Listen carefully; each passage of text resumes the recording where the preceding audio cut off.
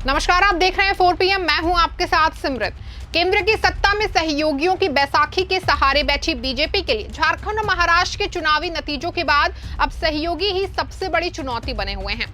महाराष्ट्र में जहां जीत हासिल करने के बाद भी सहयोगियों को वो संतुष्टि नहीं मिल पा रही है, जिसके चलते सीएम को लेकर फैसला नहीं हो पा रहा है। वहीं झारखंड में सत्ता पाने के लिए पूरी ताकत झोंक देने के बाद भी बीजेपी को मुंह की खानी पड़ी।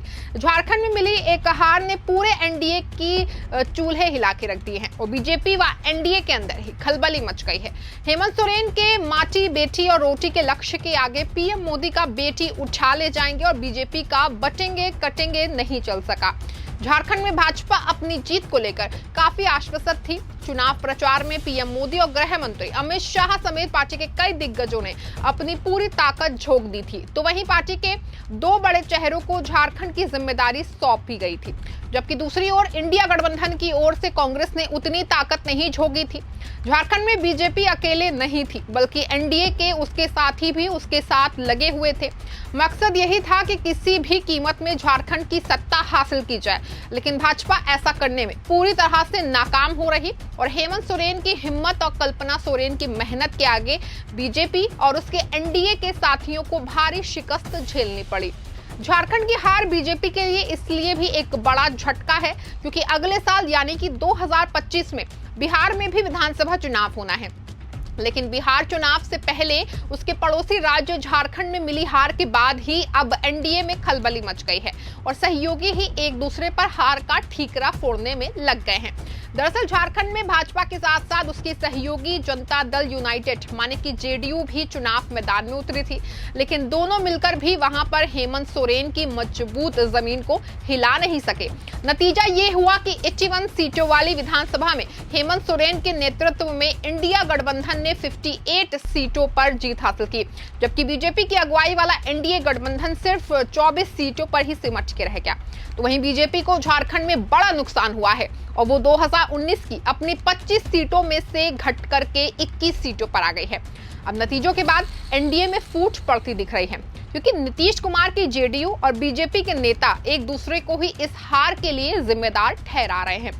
जेडीयू नेताओं की ओर से हार के लिए मुख्य रूप से भाजपा की रणनीति को जिम्मेदार ठहराया जा रहा है, जिसमें सीएम हेमंत सोरेन की गिरफ्तारी और राज्य के बाहर के नेताओं द्वारा बांग्लादेशी घुसपैठ के आरोपों पर आधारित अभियान शामिल है, जिसमें स्थानीय स्तर पर पर्याप्त आवाज नहीं है।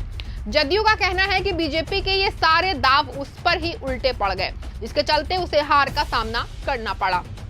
वहीं बीजेपी की ओर से हमेशा की तरह से अपनी गलती नहीं मानी जा रही है। भाजपा का मानना है कि हेमंत सरकार द्वारा महिलाओं के लिए लाई गई मुख्यमंत्री मैया सम्मान योजना ने एक अहम भूमिका निभाई और इसकी सफलता के चलते बीजेपी को प्रदेश में हार का सामना करना पड़ा। बीजेपी ने झारखंड लोकतांत्रिक क्रांतिकारी मोर्चा के जयराम महतो के खिलाफ कुर्मी समुदाय से समर्थन हासिल करने में विफल रहने के लिए एक अन्य सहयोगी यूनियन को भी दोषी ठहराया, जो चुनावों में दिग्गज बन के उभरे।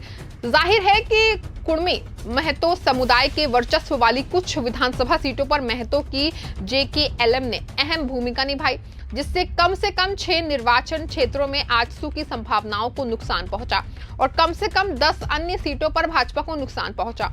फिलहाल आजसू ने तो भाजपा के आरोप पर अभी तक कोई प्रतिक्रिया नहीं दी है, लेकिन जिस तरह से एनडीए के साथी ही एक दूसरे पर हार का ठीकरा फोड़ रहे हैं, उससे तो साफ होता है कि झारखंड में मिली हार बीजेपी और उसके सहयोगियों को पच नहीं रही है।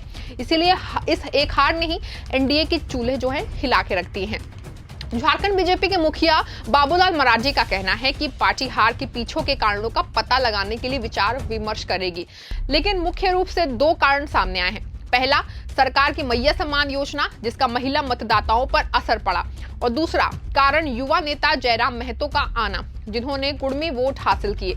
आजसू कुर्मी वोट बैंक को बचा नहीं पाई, जिसके कारण विधानसभा में उसे 1 दर्जन से अधिक सीटों पर भारी नुकसान उठाना पड़ा। बिहार चुनावों से पहले पड़ोसी राज्य में मिली हार से बीजेपी में खलबली है। अब भाजपा ने हार के कारणों का विश्लेषण करने के लिए एक समीक्षा बैठक बुलाई है।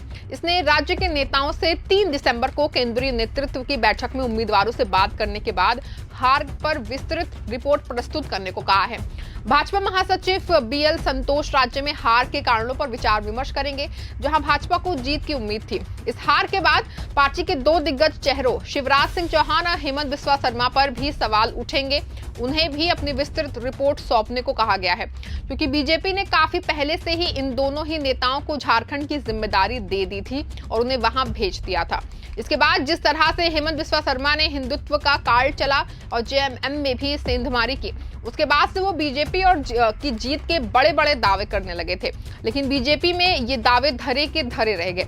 केंद्रीय बैठक से पहले राज्य भाजपा नेतृत्व ने चुनाव में हार के कारणों की समीक्षा के लिए बैठक की है, लेकिन इस हार ने एनडीए में बेचैनी पैदा कर दी है, जिसके चलते अब एनडीए के साथी नीतीश कुमार की जेडीयू लगातार बीजेपी पर सवाल उठा रही है और उसे हार के लिए जिम्मेदार ठहरा रही है।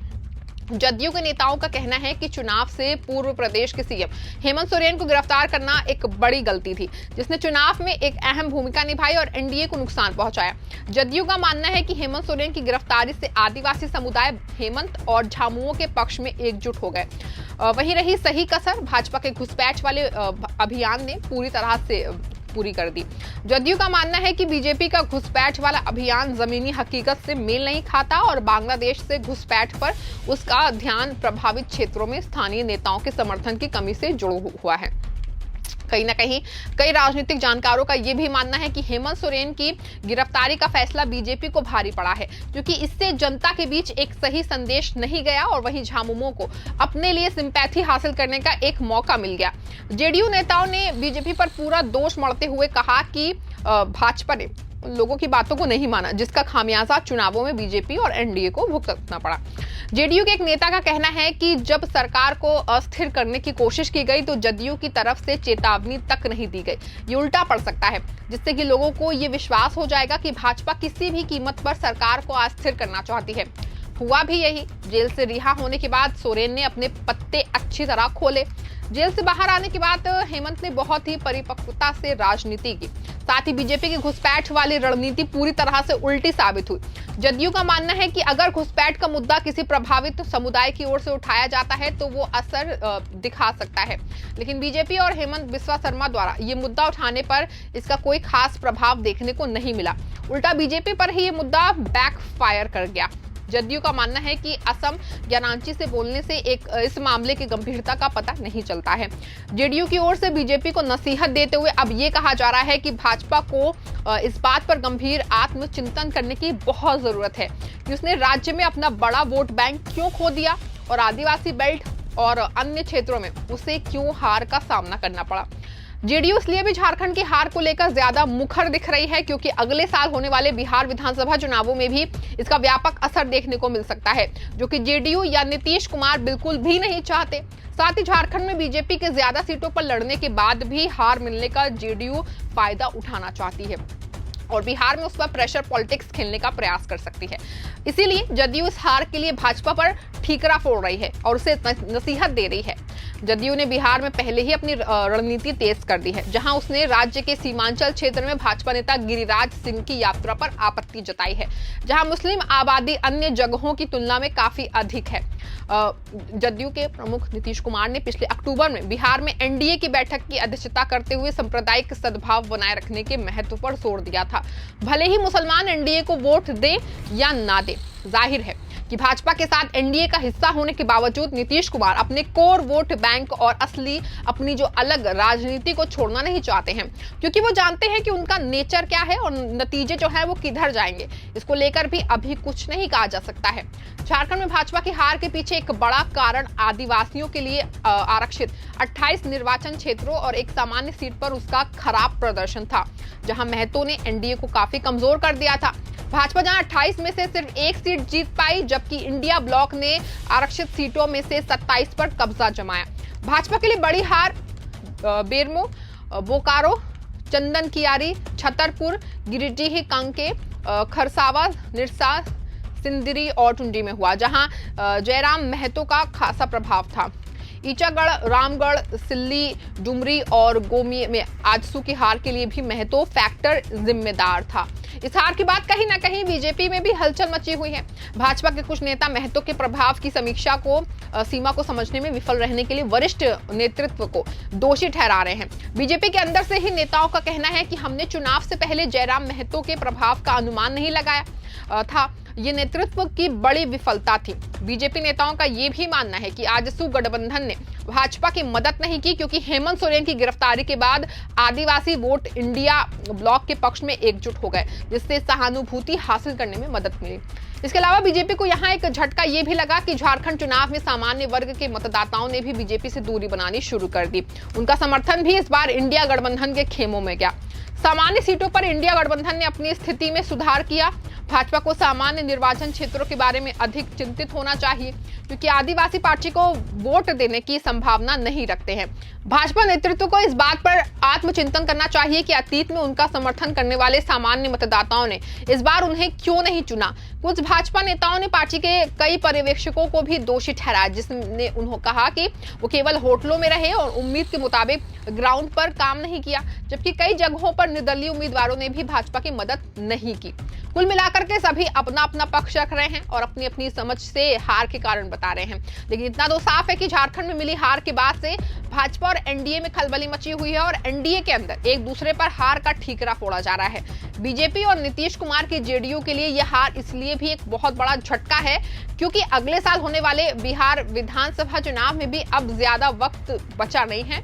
ऐसे में बिहार से सटे झारखंड में मिली करारी हार कहीं ना कहीं बिहार में भी अपना असर दिखा सकती है, क्योंकि बिहार में भी बीजेपी के सामने तेजस्वी यादव की आरजेडी एक बड़ी चुनौती है, जो कि इंडिया गठबंधन के बैनर तले आकर भाजपा और नीतीश कुमार की सत्ता की राह में रोड़ा बन सकती है। तो वहीं इस बार प्रशांत किशोर भी बिहार की सियासत में ताल ठोकने का पर जोर दे रहे हैं। तकरीबन 2 साल तक बिहार की पदयात्रा करने के बाद प्रशांत किशोर ने जन सुराज पार्टी का गठन किया है और अब वो चुनावी मैदान में ताल ठोकेंगे। तो वहीं लोकसभा चुनावों में भी नीतीश कुमार ने जिस तरह से फिर से वापसी की है, उसको देखकर इस बार बिहार बाबू भी बीजेपी पर चढ़कर अपनी मांग को रखेंगे। इसलिए वो झारखंड में मिली हार के लिए भाजपा पर दोष मढ़ रहे हैं। फिलहाल झारखंड में मिली हार ने एनडीए और बीजेपी के अंदर हलचल पैदा कर दी है और एक हार ने ही एनडीए की चूल्हे हिला के रख दिए हैं।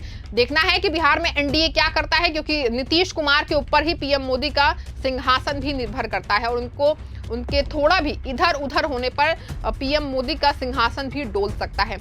इस बात को बीजेपी भी अच्छे से जानती है। देखना है कि आगे अब क्या होता है। इस खबर फिलहाल बस इतना ही। आप देखते रहें, जुड़े रहें 4PM के साथ। धन्यवाद।